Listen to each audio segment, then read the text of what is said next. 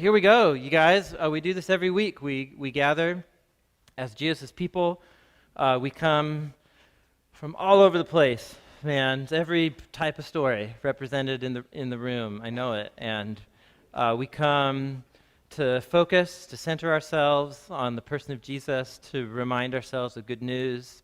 So we're going to listen to Jesus tell a really good story today and give us all a kind punch in the gut. Sound good? All right then. I invite you to open your Bibles and turn to the Gospel according to Matthew, chapter 25. Open or turn it on, whatever it is you do with your Bible. And Matthew chapter 25. If you have one of those Bibles that puts all of the words of Jesus in red, it's very common. And as you turn to Matthew 25, you're going to see we're just lost in a sea of red words right now. This is one of the largest collections of Jesus' teachings all in one place in the Gospel according to Matthew. And it was all launched by something we explored a couple weeks back. Jesus threw a grenade in the room, so to speak. He said this shocking, jaw-dropping thing to his closest circle of followers. If he would have said it in public, to a bigger setting, he surely would have gotten crucified much earlier. And he predicted, they were in Jerusalem and they're looking at the temple, and Jesus made a prediction about the temple, namely, it's going down. This building's going to be destroyed and taken down to pieces. And that's a dangerous thing. You know, if you, in our country, start tweeting out that you're making plans to blow up the White House or something, the FBI's at your house immediately. They know all about you already because they track all of us all the time. Anyway, so this is a very inflammatory, dangerous thing for Jesus to say.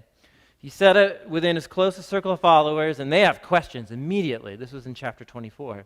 And their first question, do you remember their first question to him? When's this going to happen, right? It's the most horrifying thing I can imagine. When's that going to happen? And conveniently, we still have the drawing I have up from a couple of weeks ago. They say, when is Jerusalem going to fall? And Jesus said, do you remember? Within 40 years. And then that prompted another question from them, because in their minds, this is connected to the big story of Jesus as the prophet and the Messiah.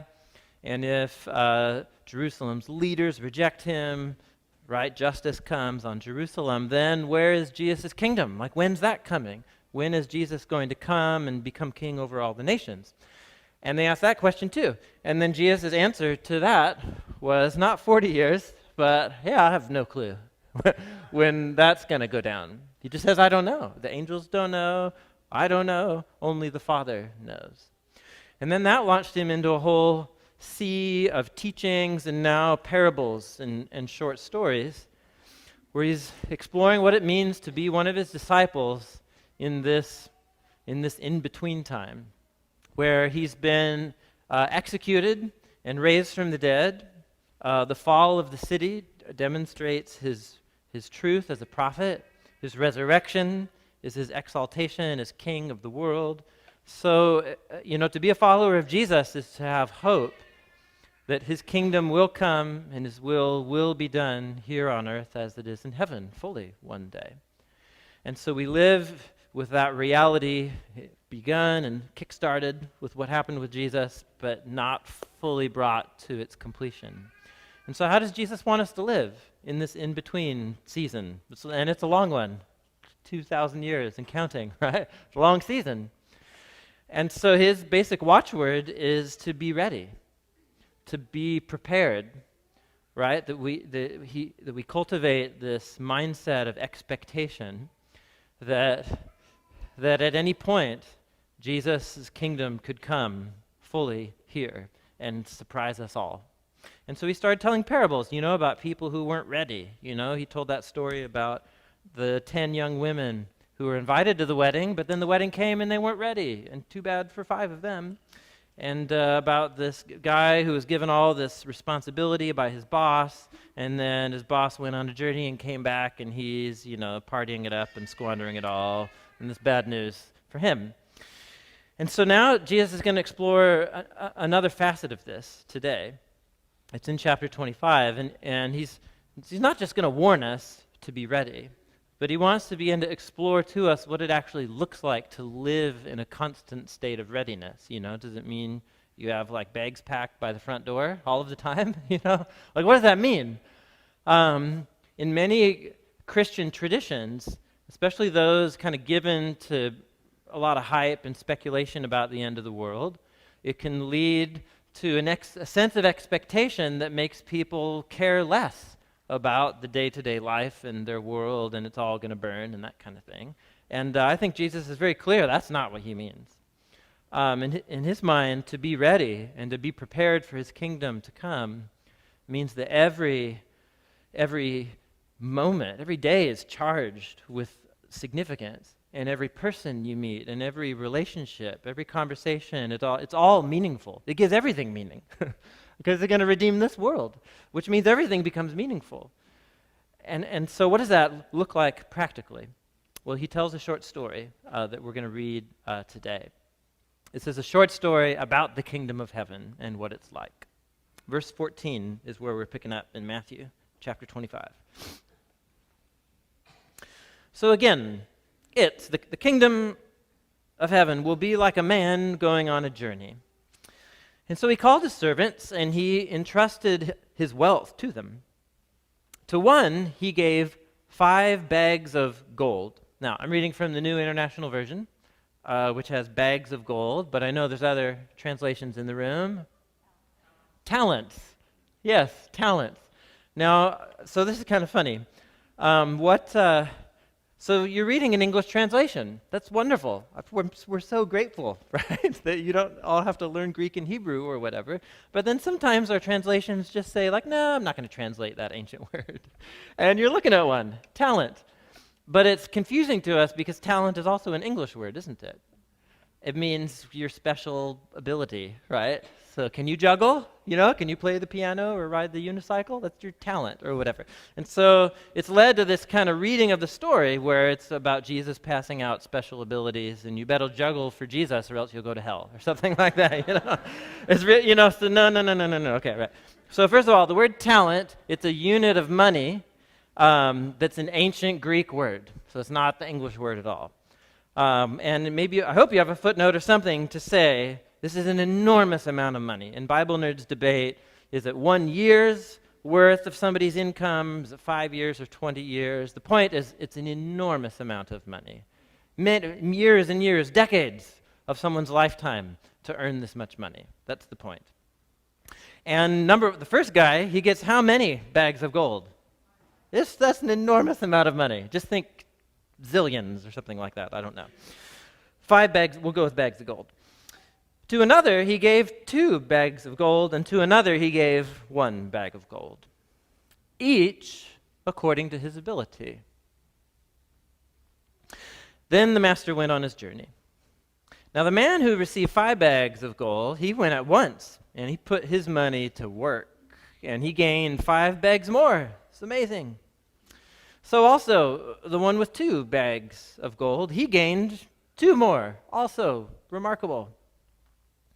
But the man who received 1 bag, he went off and he dug a hole in the ground, and he hid his master's money. Now, after a long time, the master of those servants returned, and he settled accounts with them. And so the man who received 5 bags of gold, he brought the other 5, and he said, "Master, look at this. Holy cow. You entrusted me with 5 bags of gold, and look, 5 more. It's unbelievable." And his master replied, "Yes, well done. Good, faithful servant. Man, you've been faithful with a few things." A few is 5 gazillion bags of gold, right? So a few. And I'll put you in charge of way more. Come on. Share in your master's happiness. Again, New International Version, but some of you don't have happiness, you have joy. Yeah, share in your master's joy. I think it's a more rich idea. Then the man with 2 bags of gold, he also came. "Master," he said, "come on, you gave me 2 bags of gold. Look, 2 more." His master replied, "Yes, gold star, right? A+. Good and faithful servant. You've been faithful with a few things. I'll put you in charge of many, many things. Come, share in your master's happiness or joy. Okay, good story so far? Yes, everybody's a winner, Everybody's on the A team. Verse 24. Then the man who received 1 bag of gold came.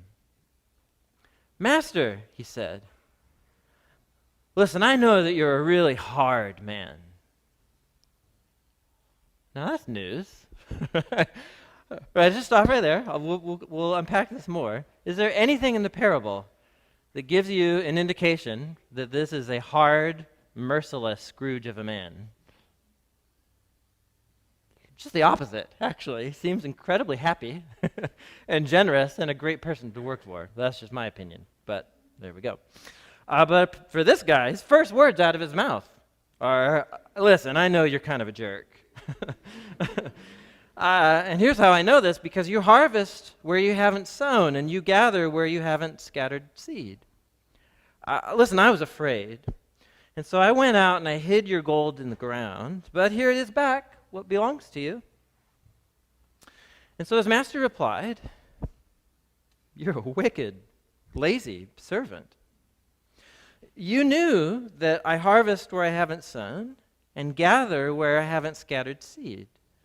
So you should have just put my money on deposit in the bank, at least so that when I returned, I could have gotten it back with some interest. Then he starts talking to somebody else. We don't know, guards or something like that. So take the bag of gold from him, give it to the guy who has 10. For whoever has will be given more, and they'll have an abundance. Whoever doesn't have, even what they do have, will be taken from them. And throw that worthless servant outside into the darkness where there's weeping and gnashing of teeth. Oh, man. Jesus, this story was going great, and then wicked, lazy hardness or whatever, and now darkness forever. Anybody? This is kind of a roller coaster, yeah? Jesus, he was a master storyteller. And he knows how to bring us in. He knows how to work our expectations and then surprise.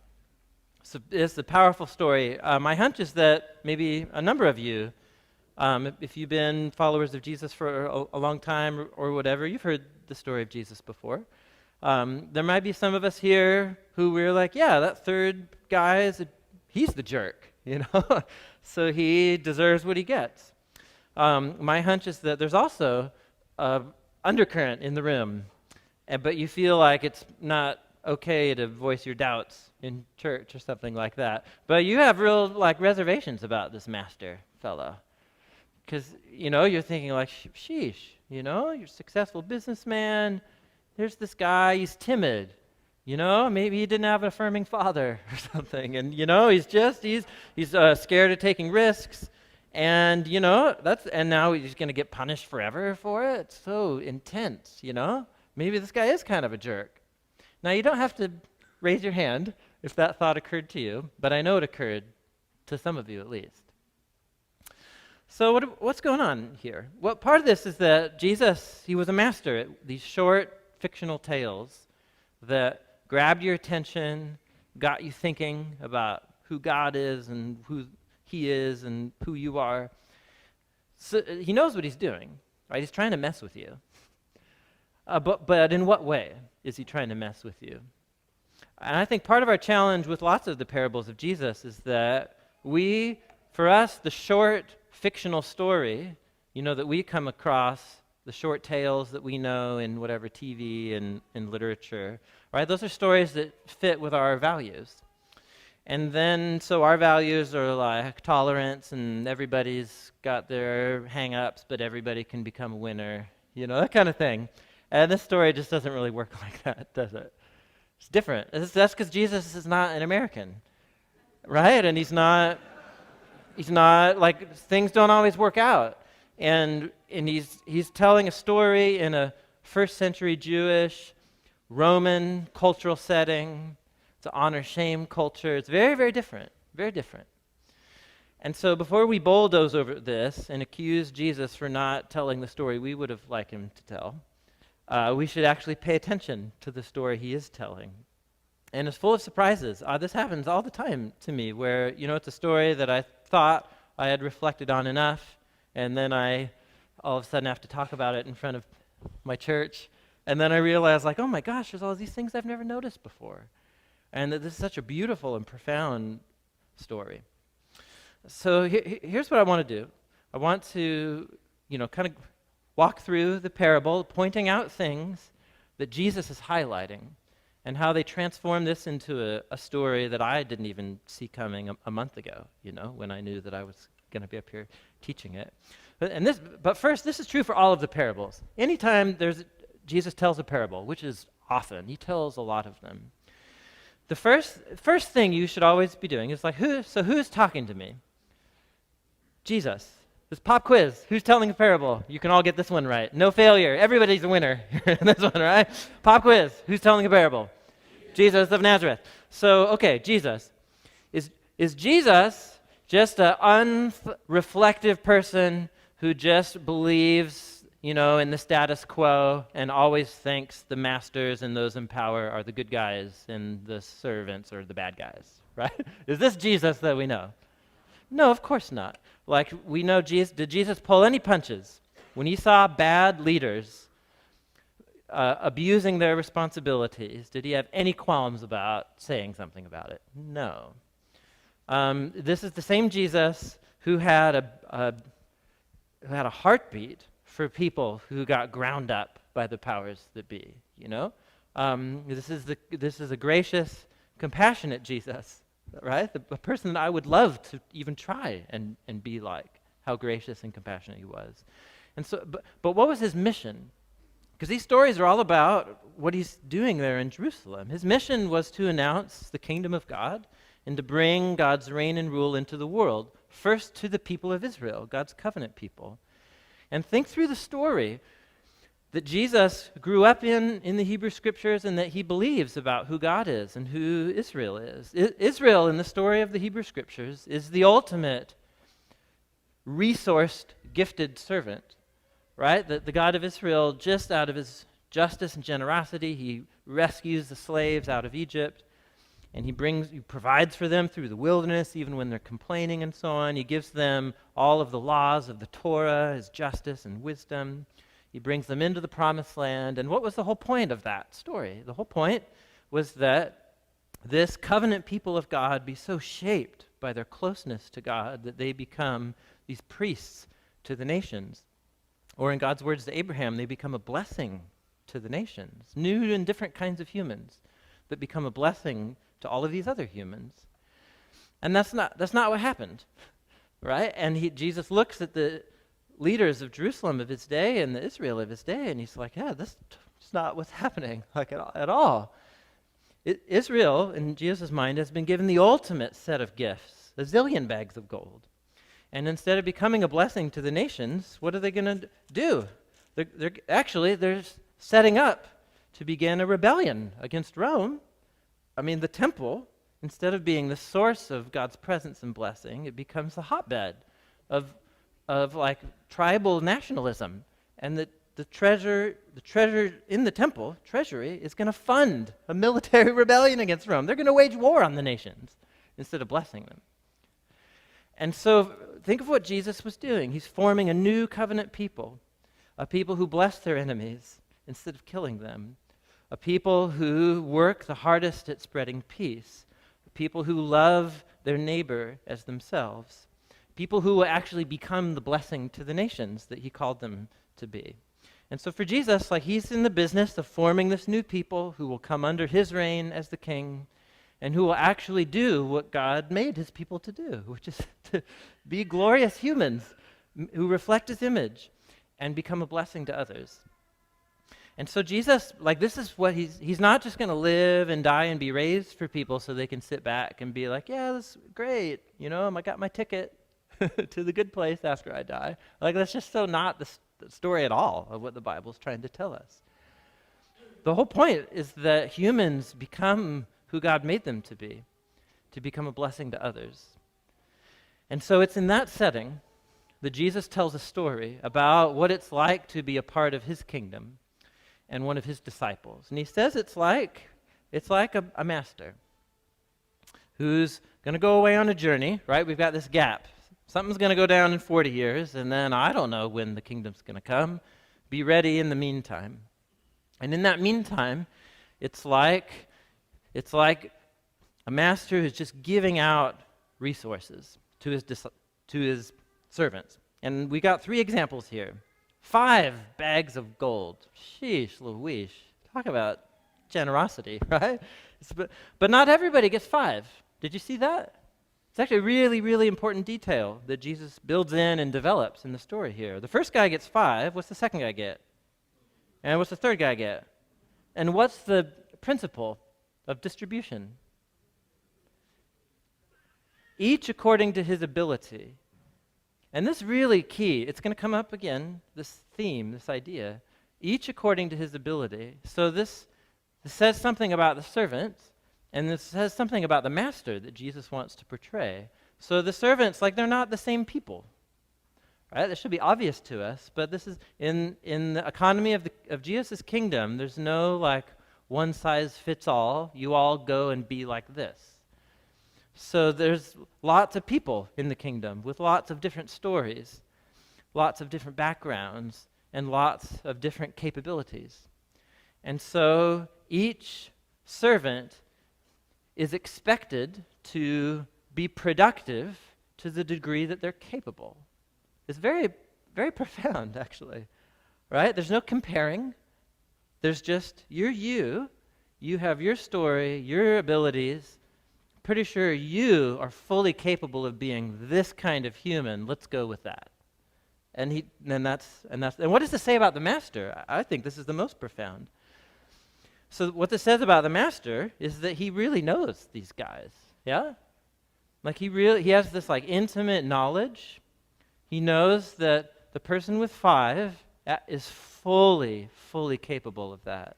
It's not too great a demand. It's not too little of a demand. But the person with 2, no way they could handle 5. 5 would ruin them. Right? It's this really intimate awareness. Right? And the master accommodates and just gives everybody exactly what he knows that they're capable of. So they each go out, and so that, we're built up. It's all about patterns. This story is about, there's the pattern of 1, 2, and then 3 you expect, and then the third one breaks it. So the first guy goes out and 100% return. Whoa. Second guy goes out. He earns 2 more bags. Does the second guy earn the same as the first guy? No. Is that going to matter to the master? No, of course not, because that's not really what this is about, is it? The bottom line, it's not about that. But then the third guy, it's clearly a contrast. He's got something going on inside of him because he doesn't do anything. He digs a hole. It's like a scavenger hunt, I don't know. Are we told why he does this yet? No, he hides it. He hides it.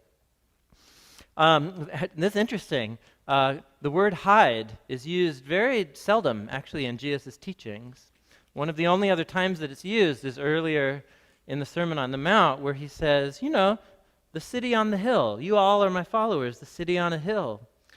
And you're like a light that shines out to everybody, but what you should never do is hide it under a basket. And then once again, we have this image here of somebody given this amazing resource and responsibility, and what do with it? They hide it. They hide it. So what are the talents? If it's not juggling for Jesus, what is it? Well, it's a parable. So you're supposed to participate in the meaning of this thing. So it's obviously money. Money, it's a resource. It opens up opportunities for you to do things that you couldn't do otherwise. But think about what you do with your money. There's things that you need. There's cost of living. There's needs. Then if there's any left over, you have a choice. Right? Do you save it? Do you invest it?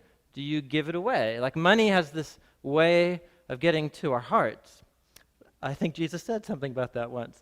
And it shows where our loyalties and where our true values are. And so when we have extra money, do we think about others' well-being, or do we think about our own well-being? And for this guy, it's not sure what he's thinking about. He's not making the most of anything. He hides it in the ground. How much time passes? Verse 19, a long time. Now that's interesting. Why does Jesus build that into the story? So we're left to one, did these guys earn 100% return, in a week? In a month? Just a long time, right? And then this is very interesting. So it's not just about he had a bad week or something, he had a back injury and he couldn't work. I'll dig it in the ground. This is a long time. So the point is that the passage of time, who we are, our true character and our true values are something that get developed along this trajectory of our lives. And so it's not just like one bad patch. Over a long period of time, these guys are faithful and productive. And then over a long period of time, this guy sits on it and does nothing. Whatever's motivating him, he doesn't value what his master values. And so he puts it in the ground. A long time passes, and then the master comes. And then it's happy days, right? It's just such a great story after that. For some reason, I remember reading this parable when I was a new Christian, and I always had, somehow this story happened on a stage in my visual imagination, like an award ceremony. It's probably not true, but that's what happens in my head. And it could be, I was such a loser in high school. I never won any awards. I didn't win anything, so it could be a subtle Freudian thing going on there. Anyway, so who knows? It's just happening, over drinks or something. I don't know. So he's settling accounts. No, they're in the the business, the office or something. So he shows them, hey, look, five. And the master's stoked. He's stoked on 5, and we'll talk about his response in a second. But then the guy with 2 comes in, and look, it's identical. Do you see that? It's the absolute identical response. Yes, well done, well done. Now stop and think about that. What he doesn't say, and when the guy with 2 comes in, he's like, hey, 2 more. He doesn't say like, oh, that's well done, but did you see the guy with 5? There's just no comparison. It's each according to his own ability. So he knows that for the person with 2, this is everything. They put in everything they had. And he knows that's what they were capable of, and it makes him so stoked. It doesn't matter that someone just came in and made over 2 times more. That doesn't matter. It's totally immaterial. Do you see that right here? And once again, Jesus is developing the portrait of this master here. He's generous. First of all, he's generous. And then second of all, we're beginning to get a hunch this really isn't just about the bottom line for this guy. Because he's just stoked that people do what they're capable of. And look at what he says to both of these 2 guys. So he says, good and faithful servant, you've been faithful with a little bit, as if 5 bags of gold is a little bit, right? And so what he wants to do is he says, yes, more for you, Look at all these other things I want to give to you too. And then the last line is so powerful. Come share in your master's joy. So what's these are very fine brushstrokes Jesus is painting with here. What's the portrait of this master? He's generous. He knows people very closely. He doesn't have unreasonable, harsh demands. This apparently was never about just making lots of profit. His joy comes from people becoming what he knows they're capable of being. Do you see that? What makes this guy stoked? Just that he's making money? We're actually going to see, if with the line a little bit later, he's actually going to let them keep all of the profit anyway. He just says it down here. We didn't know that was taking place, but then all of a sudden the guy who made 5 and 5, he gets to keep it all, he says down here. So this isn't even about making money for the master. This is about developing people. And what he invites them into at the very end is to come on. This is so delightful. This is such an occasion for joy that you took what you had and you became an even more glorious, productive human than you even thought you were capable of becoming. Do you see the picture here? I'm just trying to paint the picture because we read right over this. Jesus so camps out on this, he tells us the thing identically twice. It's a beautiful picture. I want to work for this person, right? I'm not saying the elders at Door of Hope aren't these people, but I'm just saying, it sounds like a great work environment. You know what I'm saying? Everybody's a winner. He sets us up with a pattern, and then the third guy. What are the first words out of the third guy's mouth? The man who got one bag of gold came, and he said, Master, yeah, listen, I know you're kind of a jerk. I know you're a hard man. It's a metaphor, of course, but it's the word for like a rock, hard, right? Unmoving, stubborn, merciless, hard. Listen, I know you're a really hard-nosed, kind of unmoving jerk of a person. Right? And as you, the listener to this story, what's going on inside of you? You're like, wait. No, actually, I'm pretty sure he's like the most generous, delightful person I've ever seen. Where did he get this? Right? He has this story in his head about the master. Where did he get it from? Well, he says, listen, I know you're a hard man because I see your work ethic. Right? And what happens? He says, I see that you harvest where you haven't sown, and you gather where you haven't scattered seed. It's like a figure of speech. So he's so productive and successful that he puts his hand to a task, or he makes an investment, or he puts all this energy into a business or something, and it's productive. But he's actually so productive and successful, even the things that he puts in little or no effort are productive and successful. Do you see that's what he's saying here? And so he says, listen, I can see that you're a very successful person. And that's how I know that you're a hard man. He observes his behavior, makes this character assumption about the master, and says, so listen, I was afraid, and so I hid your gold in the ground. Here's back what belongs to you. Now, this is great. This is like, right up until this point in the story, this is like an episode of Growing Pains. Right? Remember Growing Pains? Kirk Cameron. What was his name? Mike Sievers. Anybody? And the shirts that he would wear? I was looking to him, man, when I was a kid. He's forward, fashion forward. Anyway, so right, thanks. So this is like an episode of Full House or Family Ties or whatever, right? So this is like, the son and Mike Sievers, and there's a science exam coming up, and his dad loved science, and he did really great. Son, you're great. I love science. You're going to do great. And, Mike Sievers, there's all this anxiety coming up, all the pressure. I can't take it. And he gets a C, and he comes home, and he's like, Dad, I can't take the pressure. You guys know what I'm talking? Wouldn't this be a good episode? I should have written Right, that's how we think of what's happening here, right? It's the timid, insecure guy. There's too much pressure. He feels like he has to be a perfectionist because, this guy's really successful. And so what we want to happen is that the master says like, oh, buddy, no, there's no pressure. Come on, let's try this again. That's how we want this to end. But obviously it doesn't end that way. And it's not because Jesus is a bad storyteller. It's because he's not a writer for American sitcoms, right? It's that, right? So in Jesus' parables, people are their behavior. They're very simple cardboard characters for the most part. And people are their archetypes and caricatures.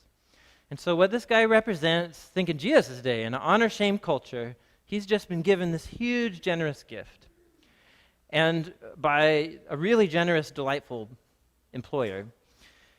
And somehow he's bought into this extremely distorted narrative about who this man is. So much so that he says he's afraid, but we're actually going to see he's not afraid. He actually attributes evil or something to his master Because if he actually was just afraid of taking risks, and this was a perfectionism performance issue, what could he have done that there was no risk but still made something? He could have put it in the bank. So his actions even betray his words, right? And the master exposes that. He says that. He says, you wicked. You assume the worst and you treat people accordingly. And you actually value yourself more than you value anybody else. Because, listen, what makes you think that I'm a hard jerk of a person? Because I'm successful and productive. Listen, if that was the real reason why, that you were just scared about being productive, you could have put it in the bank, if this is a fear issue. And so the master discerns, like, no, this is a deeper issue. It's like there is evil in your heart. And you assume evil of others, you assume the worst. In an honor-shame society, like this man is publicly saying, what I think of you is what I did with your money, which is nothing. It's a statement. And his actions speak louder than his words. That's how things work in Jesus' parables. And so here's how this cashes out. He says, take the one bag from him and give it to the guy with 10. And then we learn, oh my gosh, you get to keep your profits. Right? This is a great job. Right? This is not about money. This is for this guy, right? This is about developing people. And then he has this thing, whoever has will be given more, and they'll have an abundance. Whoever doesn't have, even what they do have will be taken from them. What's going on here? So it's called an aphorism or a little proverb. It's using economics as a metaphor of spiritual perception. So there's something about how people perceive Jesus when people, for whatever reason, we don't know, but maybe you've been here before, or maybe people that you care about or know have this thing, but they hate Jesus, or they hate God, and they have a story in their head about who Jesus is, that he's a jerk, that he's a perfectionist, and whatever, he wants everybody to behave the same way, or else he's going to kill them forever and ever, something like that. And maybe, this person who has this story in their head, they've actually met some really self-righteous jerk of a Christians before, or had them in their family, and so they've been burned, and they have reason to think that. But Jesus is saying, once you believe in your mind, you have this perception about who the master is, and it's totally skewed, you have nothing. And all of a sudden, anything Jesus says or does, or anything a Christian says or does, will only feed that narrative, and even what they do have is taken from them. I think that's what he's talking. How many of you have been in a situation before? This might happen quite often in marriage relationships in the room, but not only there, in other ways, where you're in a conflict or you're in a situation and you realize, like, oh my gosh, this person really believes the worst about me. And they have this story in their head about why I said or did that, and it's totally the wrong motive and it's totally not true. But I can't do anything to change what they think about me. Anybody? Have you been in this scenario before? It's very frustrating. And then what you realize is like, oh my gosh, everything I say or do is just digging the hole worse because I'm just feeding into their story. There's something like that Jesus is getting at here. This guy's so lost in his distorted version of the master that he can't get out of it. But the moment somebody's open to who Jesus is, like the moment somebody sees the true generosity and just the delight that Jesus has in people, and in people becoming who God made them to be, all of a sudden, once that becomes compelling to you, it's like the little that you have, it's just he becomes more and more and more compelling. And here we all are sitting here every single week. We can't wait to come here and hear stories about Jesus because he's so amazing. And so to those who have more and more given, and it's just this abundance. And so it's this inverse proportion, right, of spiritual perception. And so some, because of their openness, they end up sharing in the master's joy. But this guy, he can't get out of his head. And he ends up in darkness. Well, darkness. This isn't the only time Jesus used this metaphor. It's a metaphor because he's telling a parable. Jesus used lots of images to describe a human's existence who chooses to distance themselves from Jesus, the author of life, the generous author of life. And so he used lots of images. Fire's the most well-known image, but darkness is one too. So what's happening here? It's an image of loss. It's an image of isolation. And actually, there's a Christian theologian and thinker who, more than any other, has helped me grasp what I think Jesus is getting at with these images. C.S. Lewis, anybody? Chronicles of Narnia, any fans? Not the movies. Never see the movies. But the books are pure gold. What's the name of the last book? Also, pop quiz. The Last Battle. There you go. I guess you failed. Right? Only 2 people knew. The Last Battle. And this is at the end of the Last Battle. It's an amazing story, but essentially Aslan, the lion figure, who's this Jesus God figure, he's defeated evil all throughout the land of Narnia. And what he's doing is he's inviting all these creatures of Narnia, no matter what decisions they made in the past, they now, because of his defeat of evil, he's inviting them to come be a part of his new world. And the way to get into the new world, right, is you having this conversation, and there's a door into the new, wonderful, redeemed Narnia beyond. And it's the door, it looks like you're going into a stable, it says. And so all these people are going in, and they're discovering the wonders of this new country, and they're running into it and so on. But then there's a group of dwarves. It's very interesting, dwarves. And the dwarves aren't bad guys, but they're not good guys. They just hate everybody. In the story, some overlap with Tolkien's depiction of the dwarves too. And so they hate Aslan, and so they are afraid that Aslan's going to kill them, and so they run into the stable door, and they're convinced that it's all a trick, that there is no new world, and that what they're being chased into by this lion is a dark barn where something terrible is going to happen to them. And how they experience the new world is this, described in this scene. So Aslan raised his head, and he shook his mane. And instantly a glorious feast appeared on the dwarf's knees. Pies and pigeons. I don't know if that sounds good to you. But it's a British thing, I think, right? Pies and pigeons and trifles and ices. And each dwarf had a goblet of good wine in his right hand. But it wasn't much use. They began eating and drinking greedily enough, but it was clear that they couldn't taste it properly. They thought they were eating and drinking only the sort of things you might find in a stable. One said he was trying to eat hay. Another said he got a bit of an old turnip, and a third said that he'd found a raw cabbage leaf. And they raised their golden goblets of rich red wine to their lips, and they said, "Ugh, fancy drinking water out of a trough that the donkey's been at. Never thought we'd come to this." But very soon every dwarf began suspecting that every other dwarf had found something nicer than he had. And so they started grabbing and snatching, and they went on to quarreling, till in a few minutes there was a free fight, and all of the good food was smeared on their faces, and their clothes were trodden underfoot.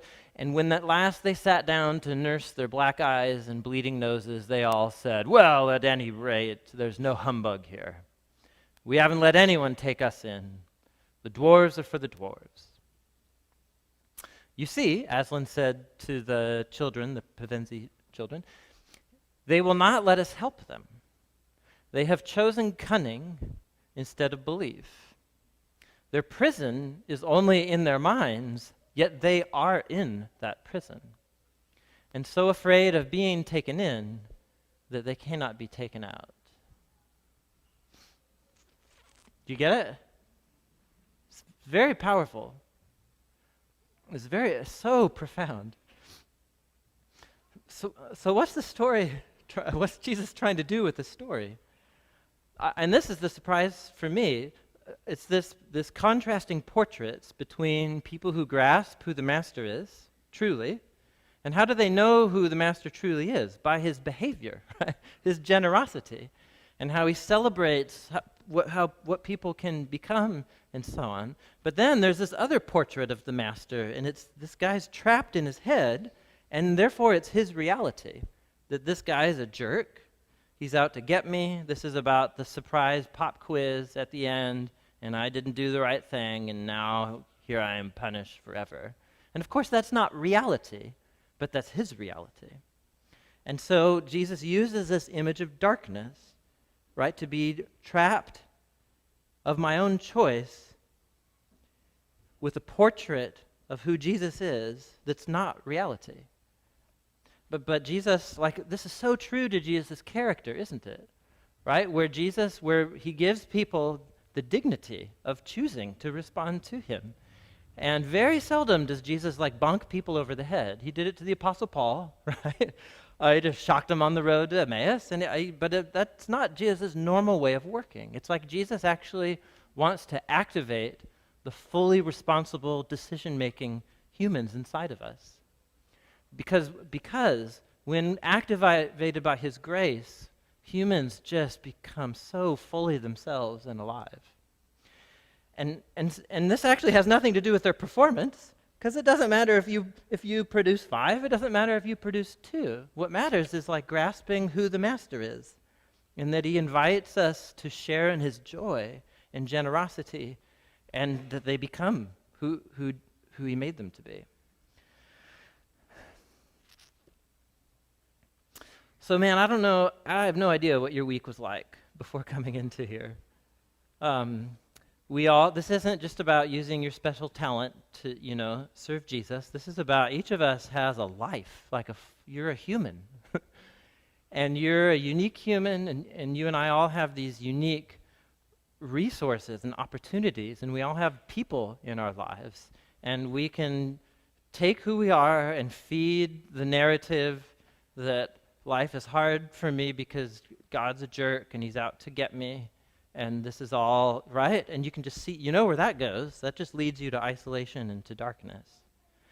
But then I can be open to this surprising reality of who Jesus is. And that despite the difficulties, he's actually making me more human.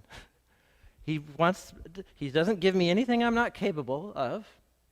And he actually wants me to follow him and to love my neighbor as myself, and to be generous and to pay attention to the people in our city that he paid attention to and cared for. He actually thinks that we're capable of doing that because he's committed to us, because of his generosity. And so at the end of the day, this is about the power source for becoming who Jesus calls us to be is himself. It's who we believe him to be. Do we believe he's trapping us, right, in darkness, or do we actually believe who he is, that he's for us, and that he lived for us, and that he died for us, that he was raised for us, and that his presence is with you, and that he really wants you to make the right choice and to follow him? And so let's go right there as we close, and as we come into a time of worship and prayer.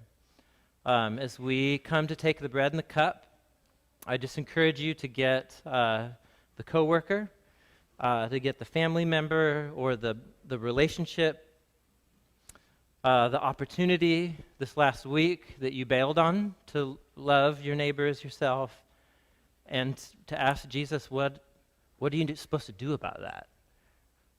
What has he given you that you didn't produce with this last week? And what does it mean to own up to our failures, to come to him again, realize that he's for us, and to ask him to help us follow him in the week to come?